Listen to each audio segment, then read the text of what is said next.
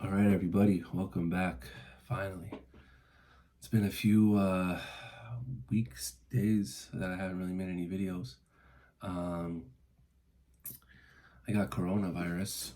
I'm still in quarantine now with my family. We all have it, actually. I'm pretty much done with it. Baruch Hashem, it was a very light case.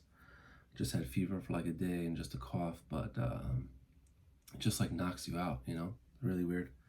But Baruch Hashem, we're getting better. And back to making videos. So we're going to switch up the schedule a little bit. I think we're going to start doing videos only on Mondays and Thursdays, just for like time reasons. And Sundays we would be reading Breslov history from a sefer called Siach Sarfei Kodesh. So today's Monday, so we're going to do that instead. I think that'll be the new schedule from now on. Breslov history and stuff like that on Mondays, and on Thursday, stories of other Tzaddikim and interesting facts about Hasidus and other things like that. So we've been reading this book, Siach Sarfei Kodesh,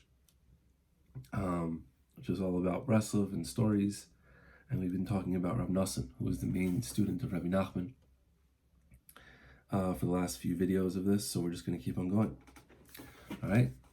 So it says over here, at one time, the Breslov Chassidim were praising Rav Nosson in front of him, and they were saying to him that he has that he has a great hadras panim. Hadras panim is like someone's face is like shining. It's like a very beautiful face to look at, like it gives off kedusha. So Rav Nosson said back to them, "Hashachor sheli yesh li hadras panim yoser yafa," meaning he said, "My blackness has a better hadras panim." What does that mean? His kavanah was on Rabbi Nachman ben Rabbi Yoizer. His kavanah was on somebody whose name was Rabbi Nachman ben Rabbi Yoizer, who didn't have such a beautiful hadras panim. However, he was a serious Eved Hashem, muflag ma'oid. Right? He said that. So basically, Rav Nosson was saying that the hadras panim is not considered like what you see on the outside. El ikar hadras panim tali what's inside.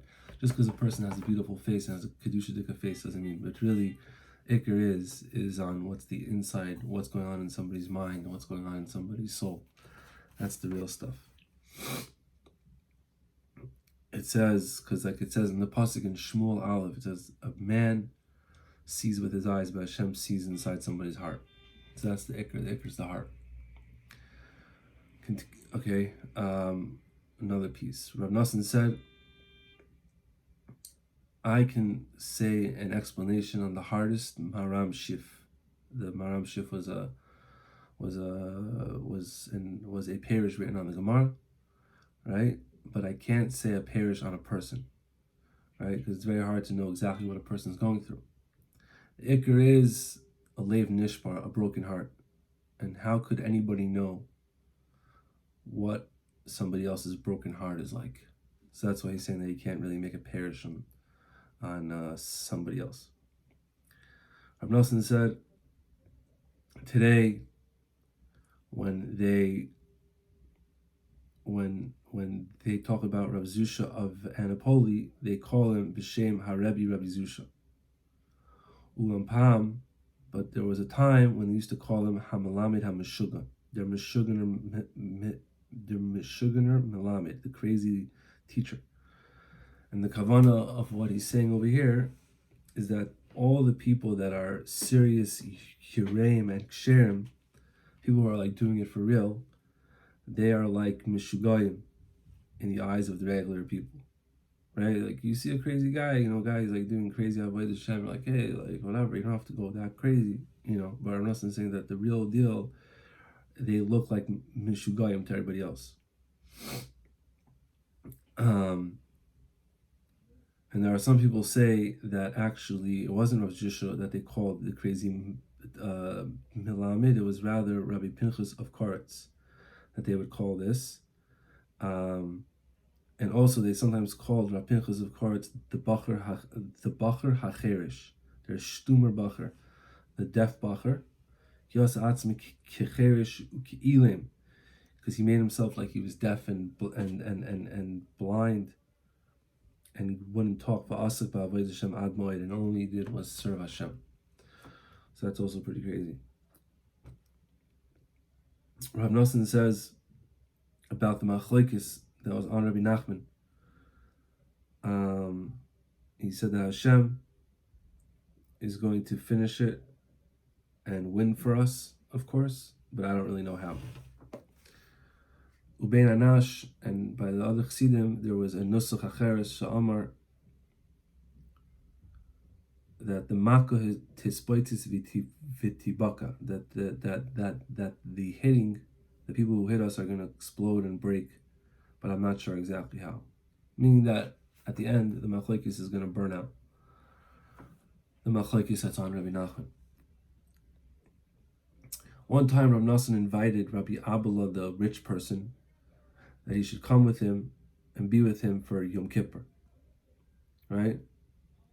He said to him, by you, in your house, maybe you're going to eat big fish by the Sudas Hamavsekis, but by me, we'll have small fish. Meaning to say, he said,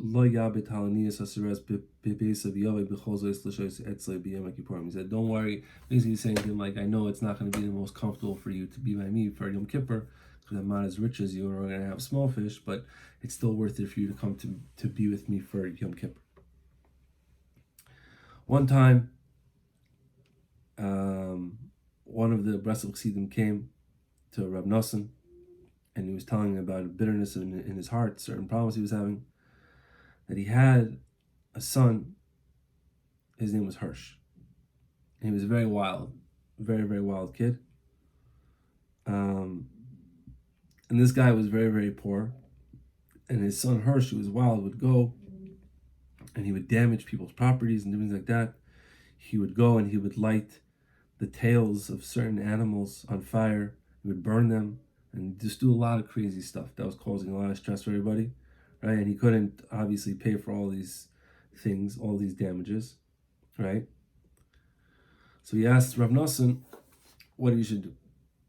And Rav Nosson said that he should try to get him married. And he looked at Rav Nosson like he was crazy. He's like, who's going to want to marry this crazy kid who's burning tails? You know?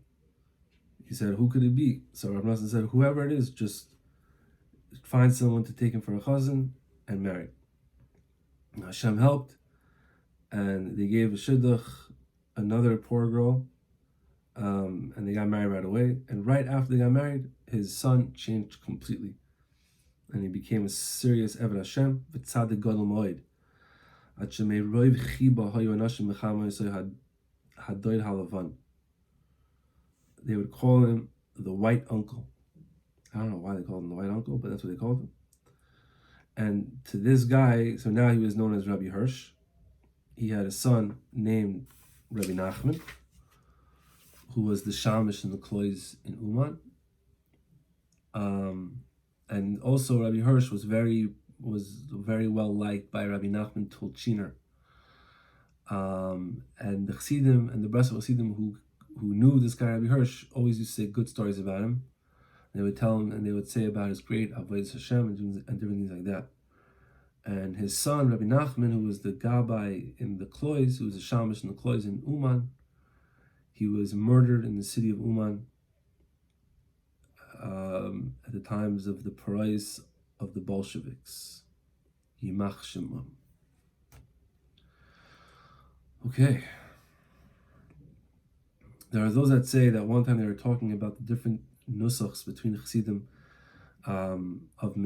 between the Chassidim and the Misnadim that they had in the tefillah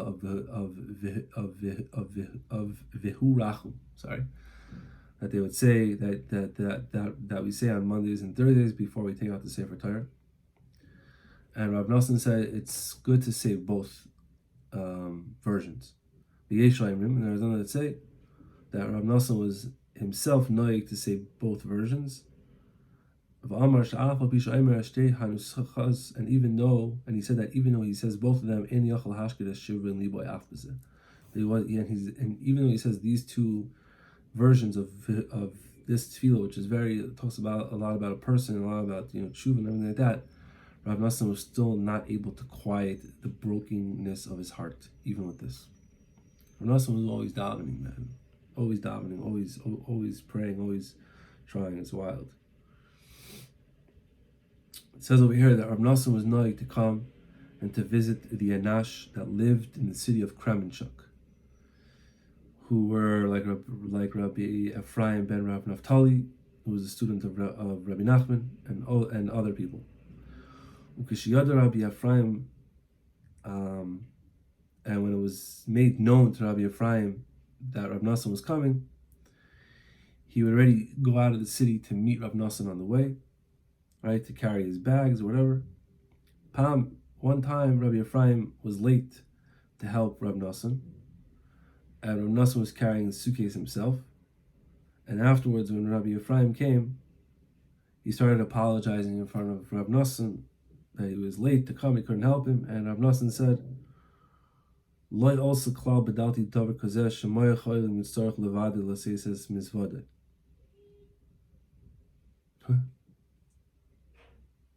He said, it didn't come to even into my mind that thing that I would have to, that the brain of the world would have to carry his suitcase himself.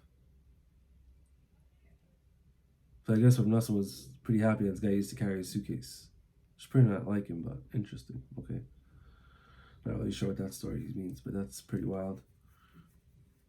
Rav Nosson calls himself the brain of the world. I think that's what he's talking about. Which is pretty true, but still. All right, let's do a few more. When Rav Nosson was saying over Torah at the kibbutz of Uman Rosh Hashanah, the first one after Rabbi Nachman died, which was the Rosh Hashanah of the year Tov Kuf Ayin Beis, Rabbeinu was nifter in Tov Kuf Ayin Aleph. Only 5 people came to hear his saying of Torah. Because most of the Anash went to hear Torah from Rabbi Shmuel Isaac, who was another major chassid of Rabbeinu. But by the second year, already most of the Anash were coming to go to Rav Nosson, because they saw that he was the Talmud who got more from Rabbeinu than Rav Shmuel Isaac. Rav Nosson said, B'nai Yisrael, Jewish girls have to have kavana when they light candles l'chvoid Shabbos Yontiv shekemoy kein yo'er oirei shel Rabbeinu b'chol ha'olamis, that Rabbeinu's light should shine in all the worlds. Pam be'erev Rosh Hashanah, one time on erev Rosh Hashanah, kishechazer marnat me'ishtatzchus al tzion Rabbeinu HaKadosh, one time on erev Rosh Hashanah, when Rav Nosson came back from davening on the Tzion of Rabbi Nachman, one of the Chassidim asked him regarding the tefillah Shechibra L'Amr Acher Amir Sin Kali, that Rav Nosson had made this long tefillah that you're supposed to say after taking Kali. It's a pretty long tefillah, very intense tefillah. So this chassid asked Rav Nosson, he's like, why did you add on this tefillah after the 10 kapitel of Tehillim that Rabbeinu had to say? Why did you add more? So Rav Nosson says, he said, I made this tefillah for myself. Whoever wants to say it should say it. If he doesn't want to say it, doesn't want to say it. He said that you don't have to say it, but it's a good thing to say. Okay, last piece for today. Rav Nosson was hidden from the eyes of men very much. He just seemed like a regular person. He didn't go with like a fancy clothing like these other Rabbanim did or anything like that. One time, one of the Mefusamim, another big tzaddik, asked the Breslov Chassidim, Matem osim esek mimornat, like why do you even go with him? He just wears like a simple hat. Meaning like there was like a thing of wearing like the fancy clothes in your Rebbe, but Rav Nosson did not do that. Rav Nosson was not into that at all. And that's it. That's the things for today. I hope that we'll be back on Thursday with some stuff. And everybody should stay safe and be healthy, and everyone should be good. Have a great day.